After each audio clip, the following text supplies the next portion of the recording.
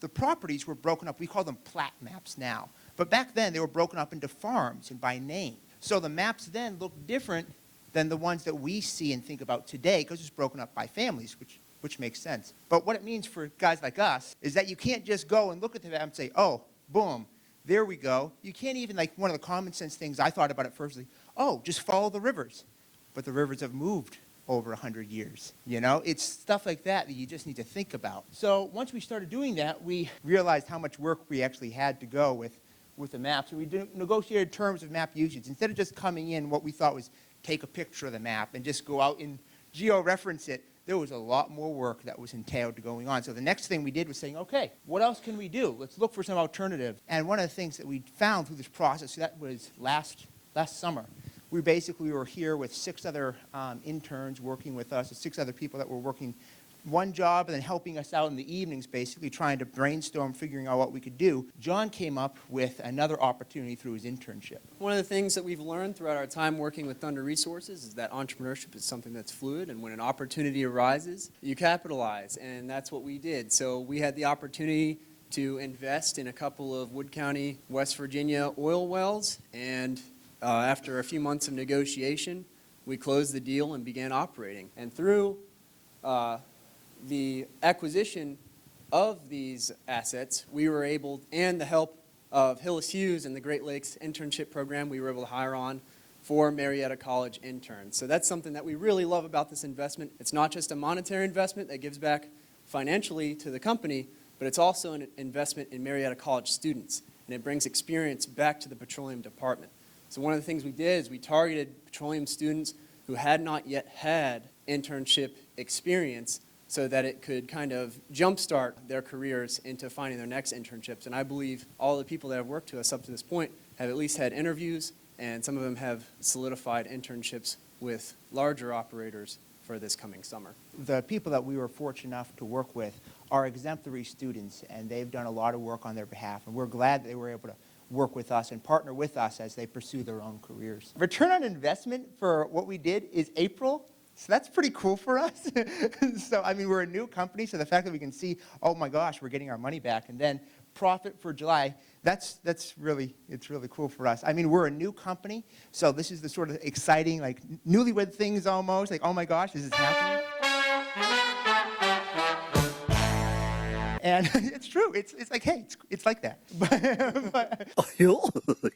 this is the thing about entrepreneurialism. It's supposed to be like that. You just go and you discover what you really enjoy, you find your opportunities, and you capitalize on it. I'd like to cover some of the invaluable experience that we've had managing the company and the interns have got to help us with during our time during last semester and now this semester. We've produced our 2 oil wells, and that consists of people going out into the field, turning the pumps on, measuring the production, and making sure that we're notifying the shipping company when the oil tank is full and we sell it. And then we were able to gather production data so we can forecast later on what we can expect and financial information for the future. We analyzed gas samples in the lab, and that was to figure out if we could potentially sell our gas in the future. And then we performed production calculations, pressure calculations to figure out deliverability, and physically plumbed in new pipes. So a wide range of experiences in the field. One of the things that the operator we were working with has found is that basically what we're offering is called a well tending service. You go out and you take care of the wells. And one of the things we found is it's pretty cool to have young engineers taking care of wells because they can go back and do analyses, so it's a mutually beneficial relationship. But in addition to all the stuff that we did with the well tending, the main goal of PioBiz was to basically go out and find and identify these hazards. So after some time of sitting there and, okay, we've got some money, we have some cash flow coming in, how do we address the main goal, that is Thunder Resources? So what we did is we had one of our interns go and kind of create a map. This is in a part of Wayne National Forest, because one of the big things you have to think about when you're going out into the woods is what property lines am I on? Am I on a safe place? You know, is this one of the places that I'm allowed to go? So what we did is we went out there with our interns, and we basically looked and located some wells up in here that were basically things that could have been plugged, should be plugged, or already have been. On the right-hand side, this isn't water, that's oil. So that's just kind of hanging out there. One of the sort of things you kind of look at, some of these wells date back to pre-Civil War. Most folks, even the engineers that have been working the field for 30 years, who are like the veterans, don't even recognize what some of this stuff is. Aluminum. That's all it's been down here. Yeah, this is crude. Yeah, that's just crude. This is crude. right there. Right there. Yep. Hanging out. Wow. Just hanging out. Yeah. Just hanging out, hanging out, hanging out with the family, having ourselves a party. You could go out, it's 30 minutes away from campus, you walk around for a couple minutes, well, it was more than a couple minutes, it was a while to find this stuff, but you go out and hike there, and it's just sitting there, camping out, you know? You look at all the sort of stuff that we talk about as an ecological hazard or something going on, right? And then there's stuff like that that's been out there for 50 years. Just to give you an overview of how this process kind of worked, we went into a general area that we found on the map, and then we just kind of spread out and went in all different directions until somebody said, hey, I found something, and then we lifted up that tin lid, and it was just there. It definitely shouldn't be there.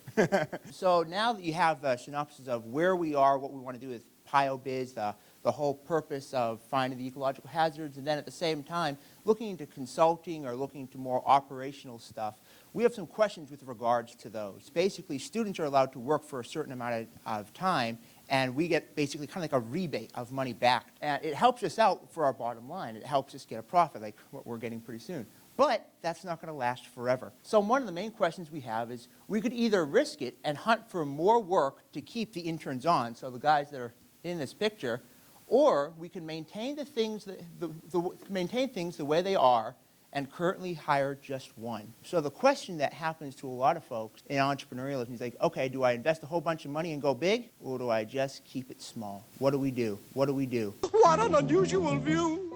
And I think if you are having these separate, like, specialized goals like you are kind of setting now, you would need like small business units which would have different objectives for each one of them. And so that's why I'm kind of trying to see what your overall mission statement is. Is everything that you're doing still adhering to that? And if not, then I would separate it into the specific specialized organizations. I get how you, with the 2 wells that you had purchased or bought into or whatever, what is the benefit of finding these orphaned wells? Do you get a tax credit? Is there a monetary value of finding these things and eventually P&Aing them, or is... There is a potential eventual monetary value of finding these wells. Our goal is to demonstrate that we can find them, acquire a big enough database to say, hey, we're competent, present that database to the state and say, look, we know that your inspectors are too busy to go out and look for these things, and we know that you know that this is a problem. We can find it for you at a fee. That's the goal there. Well, you know, you got to do something to pay the cookie bill. And what we did is we just kind of tried to make cash now. We tried to find ways to make some money so we can have some. Remember, one of the things we learn in class is cash is king. And most companies don't have bad profit margins. They just don't have ways of having liquid capital at that time. So what we wanted to do was, for seeing some event like that, we needed cash. Money, money, money, money, money. So you guys are like at the end of your year of planning and you're getting ready to launch? We've already launched. We should be launching by the time we've graduated. I mean, we're turning a profit pretty soon.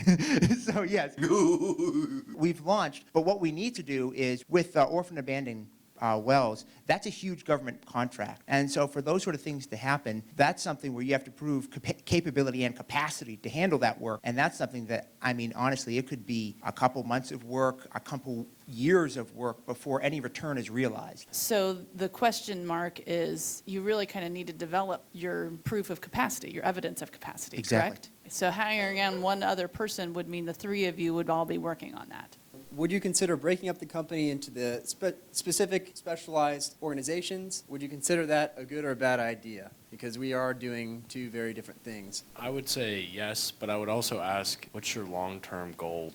First, the well tending service, which is the 2 wells, the reason why that works is because the economy's down. Most operators have well tenders that are hired on full staff. They have benefits, they have a salary, they have a house and a home, and that's what they do. They work as a well tender. But when the economy went down, the operators just couldn't afford to keep their well tenders on staff anymore. So they went to part-time labor. Because of that, many well tenders shifted industry or left the area. They went down to Louisiana, where there's some other operators, or down to Texas. So because of that, the well tending service exists because there's a need for people to go out there for a flat rate and go out and take care of the wells. Many leases are held by production, so they need to have someone out there taking care of the wells, and we can provide that service. But that success is contingent on the fact that the economy's down. So if you're an operator, right, the first thing you're going to do is, if you've been working for 30, 40 years and you have someone that's worked for you for 10, you've developed a relationship with that person. Many times, the place where I work, we had to lay off 3 well tenders just right off the bat because of the economy. I know the first thing they're going to do once they get more returns is they're going to want to hire some of their friends back. I think that's rightfully so. One reason we were able to get such a good deal on the wells that we purchased is because the operator was experiencing hardship times and the well was not being produced. So we said, hey, we can buy into this with you and produce it cheaper right now. So that's why it worked. But we don't have to give it back at any particular time. But at the same time, the big check would be from the state. That's where the real money is. Merchandising, where the real money from the movie is made. What are you guys doing after graduation? I accepted a job working about an hour away from campus. I'll be working for Consol Energy, and one of my hopes is that with the job that I accepted, that I'll still be able to be within the Marietta vicinity and still be able to work. Same thing with John. I think with John's plan so far has been to stay local with the jobs he's been considering, and if that's the case, then we'll be able to manage the jobs here, hopefully working with interns, working with folks at Marietta College to try to make sure that we can help out the community and help out the college. If you guys have like other means of living, like this isn't your livelihood, I would go big and just invest it all. And if it doesn't work, at least you tried. I wouldn't go small right now. I would just go big while you can. Like you said, with the economy being down, I wouldn't wait. Yes. Is that something maybe you could work on with like other organizations like UGA and some of the local producers? Because I know from experience, like a particular company I interned for last year, we have maps of the gas pipelines, and those particular maps are actually more accurate than the state on pinpointing different wells. So maybe that's something you think about in the future, like working with different producers, because if you have a good relationship with that, they may share some of those maps with you to help locate some wells. To go big or go home, I kind of like the idea of keep putting money into like the well tending business. I know it's very expensive to operate wells. My question to you is maybe, is that something maybe you also go to different producers and say, hey, we offer this service where we can operate at a cheaper level than some of the other companies? Absolutely. There are operators like within SUGA and UGA, these organizations, both of them, they've been in the industry for 40 years or more. When they see 2 young college students approaching them with a business venture, they're going to be a little cautious, and rightfully so. Absolutely. So one of the things that if I was an operator, when we were talking with Pat Leggett, remember when I was talking about the museum? One of the things that Pat had to communicate to me is saying, here's one of the things the operators are going to consider. When you have a well that needs to be plugged, right? It can be expensive, anywhere from $15,000 to $80,000, all right? So there's a huge margin. And whoever's operating there, if they have a well there, the operator might be held responsible. So although well-intentioned, you want to help the community and go and approach these operators saying, hey, help us. Their first reserve is saying, oh goodness, am I going to really ruin myself by a problem I didn't even really create? This happened back in the Civil War. It's not my issue. I just happen to have a well on this property. You see what I'm saying? Yeah, it's harder, but yes. Is there any technology out there to go help you find these abandoned wells, drones or anything you find? All right, time to take flight, drone of Arcadia. Oh, Amber Tamblyn. I love that show. Al married to David Cross. We actually have looked into drones. It is a bit cost prohibitive at the time, which is why we would need to scale up in order to pursue that option. But the type of drone that we would need is fairly large, and it would be outfitted with a massive magnet, like magnetometer, I believe is what it's called. So what you do is for this well, what we have right here, there's like a whole rig house, stuff that was back in the old days, we used to have pump jacks that worked like that, old big derricks. And instead of taking the stuff off site, a lot of that material was just thrown right on the ground. So what you do is you look for these plants, basically, of all these different high nucleuses of metal, basically, treat those as pinpoints, and then go in. The issue that we ran into was the size of the magnets that are required for the drone. The reason why you need such an expensive drone is because the magnets mess with the electronics that are in the drone. So there's a big cost barrier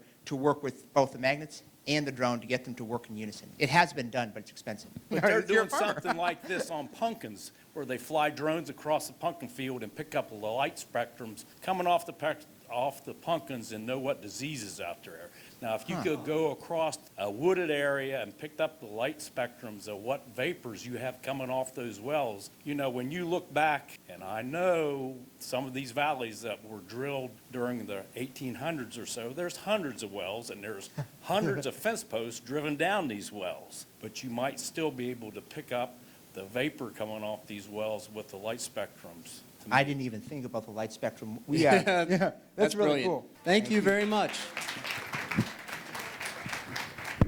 Thank you, everyone, for coming. Again, I'm sure our presenters will hang around for a few minutes if you have questions or suggestions for them.